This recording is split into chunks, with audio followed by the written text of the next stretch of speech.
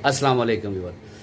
खून में चिकनाई का बढ़ जाना या हाई कोलेस्ट्रॉल लेवल ये अपने साथ कई तरह की और बीमारियां भी साथ लाती हैं, जैसे दिल के अवारज हो गए हैं, हाई ब्लड प्रेशर हो गया है। इसके अलावा रगों के मसाइल सामने आना शुरू हो जाते हैं, जैसे एंथीरियोस्क्लेरोसिस का मसला है, जिसकी वजह से खून की रवानी में फ़र्क आता है। और इसके अलावा इससे स्ट्रोक का ख़तरा हो जाता है, फालिज का ख़तरा हो जाता है, शुगर भी लग सकती है उन लोगों को जिनका हाई कोलेस्ट्रॉल हो। तो आज इस वीडियो में मैं दो ऐसे बेज़रर होम्योपैथिक मेडिसिन आपको बताऊंगा कि जिसको अगर आप इस्तेमाल करेंगे तो दिनों के अंदर आपका हाई कोलेस्ट्रॉल लेवल अपने मुकाम पर आ जाएगा। इसमें पहली दवाई है क्लेस्ट्रोनियम 30 ताकत में और दूसरी दवाई है फास्फोरस 30 ताकत में। दोनों से आपने दो दो कतरे सुबह दोपहर शाम अगर आप लेंगे तो चंद ही दिनों में आपका कोलेस्ट्रॉल